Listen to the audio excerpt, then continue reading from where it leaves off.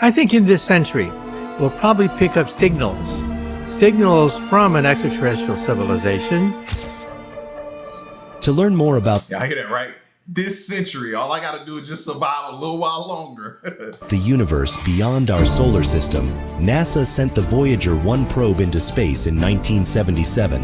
They had no idea that their tiny spaceship would go on to become one of the greatest and most exciting feats in human space travel, one that would be able to forever mark an era in the collective imagination and inspire future generations. Its findings have widened our knowledge of the solar system's furthest reaches, and it continues to yield new insights into the cosmos. The probe's continued journey through space encapsulates human curiosity and our yearning to discover the uncharted.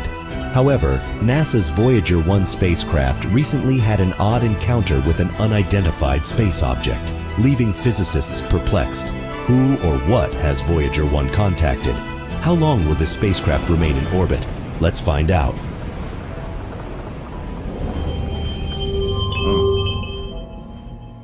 A Titan III Centaur rocket carrying Voyager 1 lifted out from Cape Canaveral in Florida on September 5, 1977. Its purpose was to photograph the planet's moons and research Jupiter and Saturn, focusing on the Titan satellite, its magnetic fields, and its rings. But it ultimately covered a lot more ground than that. The spacecraft, which is roughly the size of a small vehicle, is loaded with numerous scientific tools, all of which were state-of-the-art in their respective fields at the time, such as cameras, spectrometers, and plasma detectors with the purpose of gathering information about the planets it visited.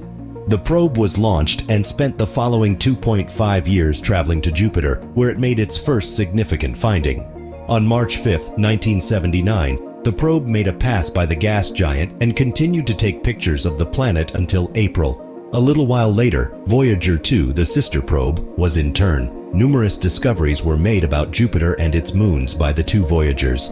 The finding of sulfur volcanoes on Io, which had never been seen from Earth or by Pioneer 10 or Pioneer 11, was the most unexpected. The four largest moons of Jupiter, Io, Europa, Ganymede, and Callisto, which are commonly referred to as the Galilean moons, were then found to be part of a complex system of moons around Jupiter. In addition, Voyager 1 found that Jupiter had strong magnetic fields and radiation belts, which may be hazardous for any spacecraft that traveled too closely. The spacecraft made new findings while traveling toward Saturn after finishing its mission at Jupiter. On November 12, 1980, as it passed just about 75,000 miles from the planet, the object made its closest approach. The probe found that Saturn had many more moons than previously believed and had hundreds of rings, each of which was composed of thousands of tiny particles. Titan, the moon of Saturn, was found to have an atmosphere by Voyager 1, making it the only moon in the solar system to do so. Voyager 1 finally left our solar system in 2012. It then made history by becoming the first artificial object to go into interstellar space, which is the region between stars. More than 13 billion miles away from Earth, it is still sending data back to researchers and revealing important details about the structure of the cosmos. Voyager's entry into this new region. That makes me smile every time I hear that the Voyagers are still sending back data. Like that just, I don't know why, it just excites me because I often think about them only being scheduled to be out there or them thinking this mission would only last a certain amount of years, and it's overly exceeded that and the expectations, and it's still to this day sending back data. Like that's just mind blowing. Where impacts from the rest of the galaxy become more obvious was first anticipated by scientists to be gradual and uninteresting. Then the peculiar zone turned out to be far more intricate than anything they had anticipated.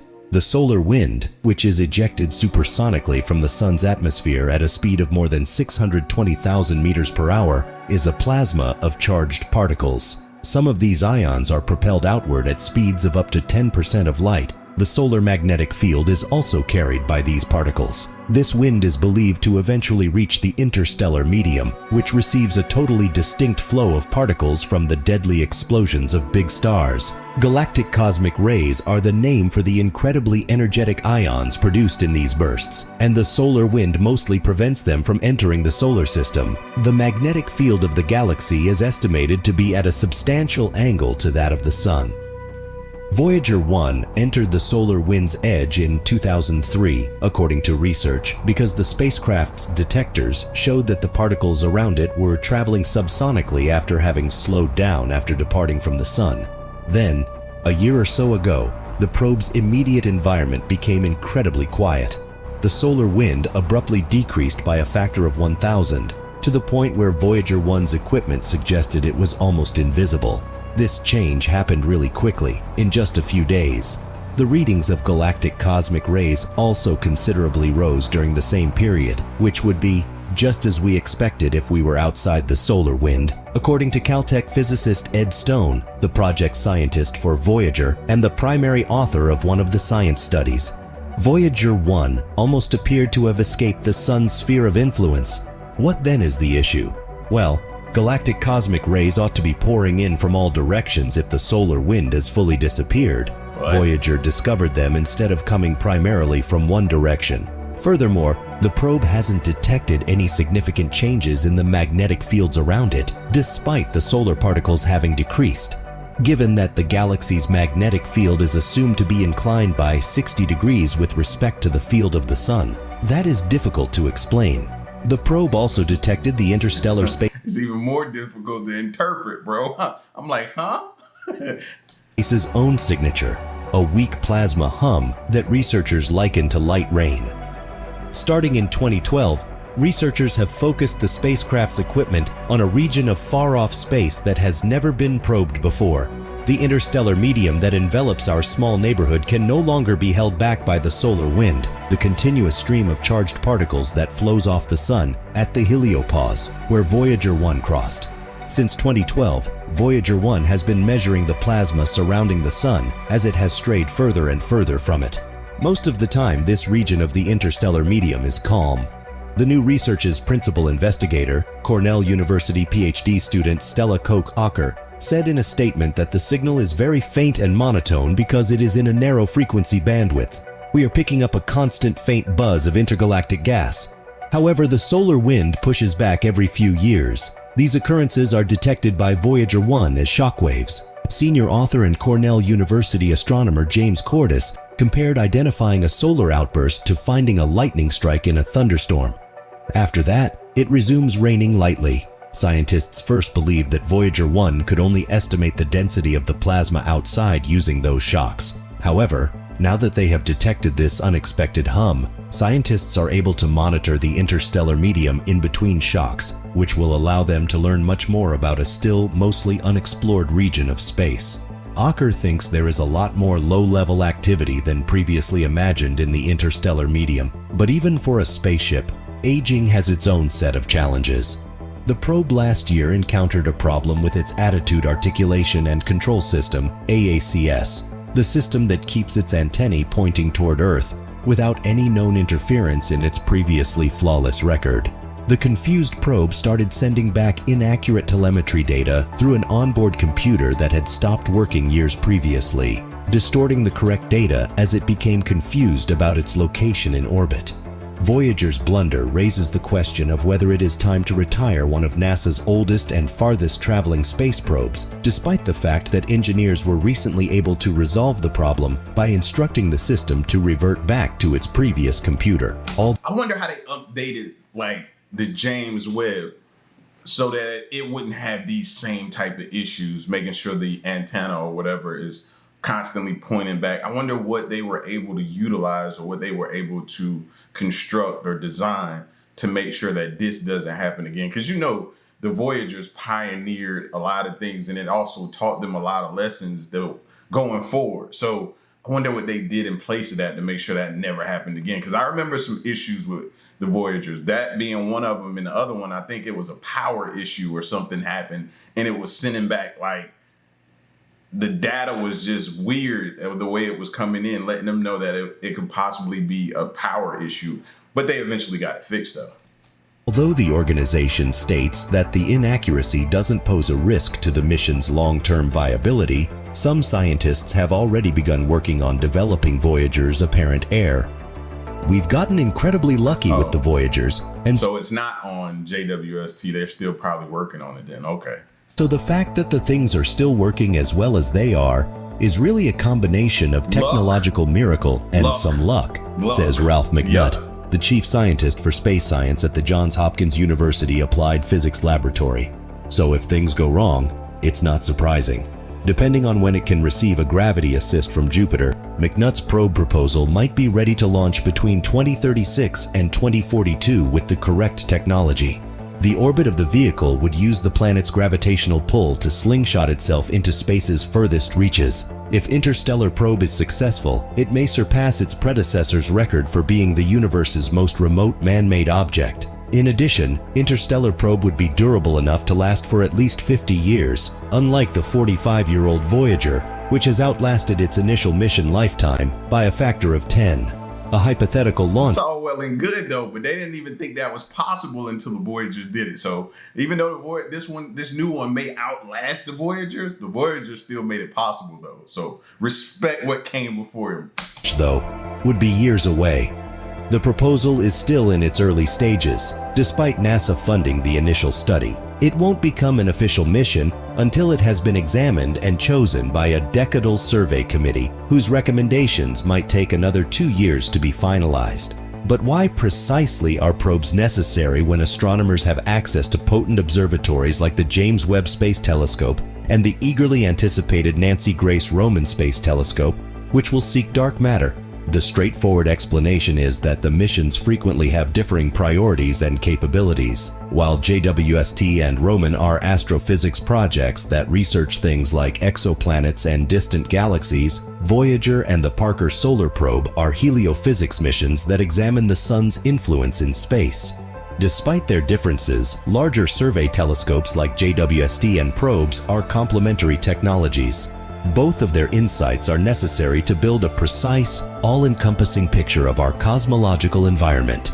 While Voyager won't disappear anytime soon, some scientists are grateful that many members of the scientific community are making preparations for the possibility that Voyager could go dark at some point. What happens once Voyager 1 loses power? While the fate of humans will always remain a mystery, the fate of 2 of our artifacts may be predicted with startling accuracy.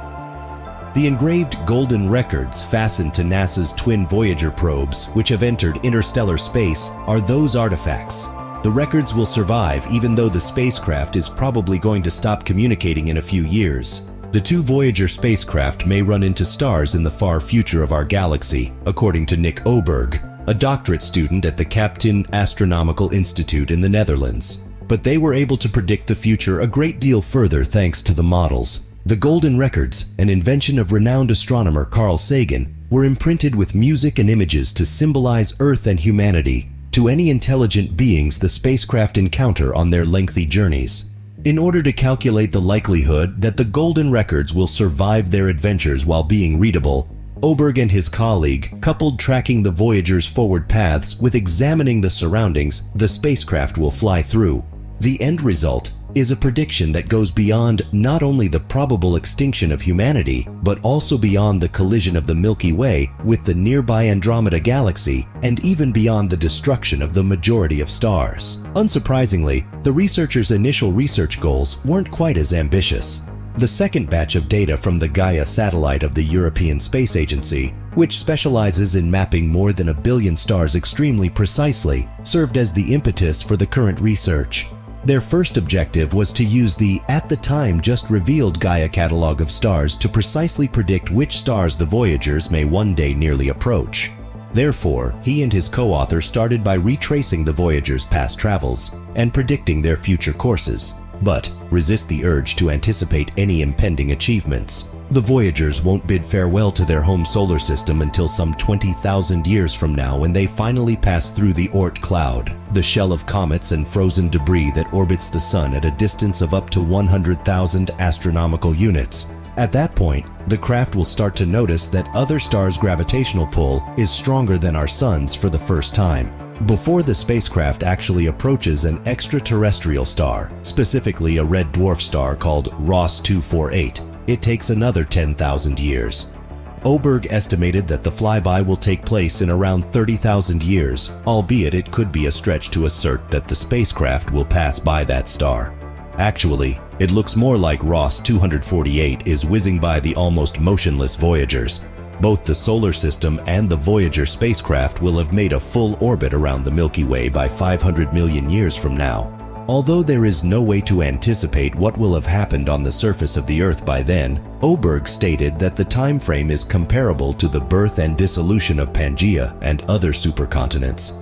The Voyager spacecraft will fluctuate up and down throughout its galactic orbit, with Voyager 1 doing so more strongly than its sibling. These simulations predict that Voyager 1 will travel so far above the galaxy's main disk that it will only observe stars with half the density that we do. The different chances each spacecraft's golden record has of surviving will be shaped by the same variation in vertical motion. I ain't really pressed about that golden record surviving. Like, if it don't survive, I'm happy about it. I can't lie, because I just think, man, us giving that information out is kind of like, I don't know, making us a little bit, I don't know. I don't like us giving that type of information about us.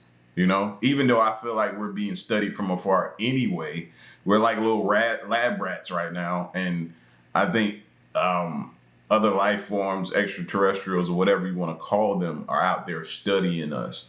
And what we're seeing is them enter our atmosphere as UAPs or whatever they want to classify them as them getting comfortable and verifying some of the things that they've been studying from afar. You know what I mean? So I just feel like that gold plate, if it gets destroyed or something like that, that's good for us, I think. They don't need that information. Underneath the golden sheen is a protective aluminum case, and below that are the actual etched copper discs. The records were made to last, possibly to last 1 billion years in space. But in order to properly comprehend how long these objects may last, you must first grasp the circumstances they will face, which necessitates knowing where they will be. Oberg and his colleague were particularly interested in learning how much time the spacecraft would spend engulfed in the Milky Way's massive clouds of interstellar dust, which he described as one of the few phenomena that could act to damage the spacecraft. Dust is pelting into the Voyagers at a speed of a few miles per second or kilometers per second. According to Oberg, the grains will function as a constant rain that gradually wears away at the spacecraft's skin. Even a dust particle that is only 1/millionth of a millimeter in size will cause a little vaporized hole when it strikes. The vertical oscillations of Voyager 1 cause it to spend more time above and below the galaxy's plane, where the clouds are densest. The damage the golden records would sustain along the route was modeled by Oberg and his colleague by running thousands of simulations over the courses of the two spacecraft and their interactions with the dust clouds. According to Oberg, this work also necessitates accounting for the potential for a cloud's gravitational pull on one of the Voyager's trajectories. The mass of the clouds is so concentrated in one location that they have the potential to alter the trajectory of the spacecraft and launch them into new orbits, sometimes much farther from the galactic center and other times far deeper. Since the engraved sides of both golden records are tucked up against the spaceship bodies, they have a strong chance of being legible. According to Oberg, the information on Voyager 2's record is more likely to become unintelligible, whereas the outer surface of Voyager 1's record is more likely to wear away. This is primarily due to Voyager 2 being launched into a more chaotic orbit, which makes it much more challenging to accurately estimate the type of environment it will be traveling through. Both golden records are quite likely to survive for a period of more than 5 billion years, at least mostly intact, despite the assault and potential detours. Modeling after those 5 billion years is challenging. Things start to get nasty when the Milky Way collides with its larger companion, the Andromeda Galaxy. Well, there goes that idea. I thought it was a possibility, but nah, that just went out the window. The symmetrical spiral shape will be significantly deformed and perhaps even destroyed. The merger will affect the Voyagers, albeit it is difficult to foresee all the specifics so far in advance. The fictitious traveling continues in the meantime. According to Oberg and his co-workers' calculations, each of the Voyagers likely visits a star other than our Sun within 150 times the distance between Earth and the Sun, or 3 times the distance between the Sun and Pluto at the dwarf planet's farthest point, during this 5 billion year period that is compatible with models. It's difficult to say with certainty which star that might be, and it might not even be one we recognize now. Working on a scale of billions of years entails risks like these. The circumstances of the galactic merger from here determine the fate of the Voyagers, according to Oberg. 1 in 5 chances, according to him, the collision itself may expel a spacecraft from the newly enormous galaxy, but it would still be trapped nearby. According to Oberg, if that happens, collisions with high-energy cosmic rays and the occasional molecule of hot gas would pose the greatest threat to the Golden Records. Nonetheless, these hits would be less frequent than the dust that defined their deterioration inside the Milky Way. The fate of the Voyagers within the merged galaxy would depend on how much dust the merger left behind. That amount may be modest as star formation and explosion are both slow, decreasing the amount of dust blasted into the galaxy. The Voyagers may be able to survive for billions of trillions of years, which would be sufficient time to travel across a genuinely alien universe, depending on their luck with this dust. Thanks for watching another episode. Man, y'all spam that like button, bro. God, I love this stuff.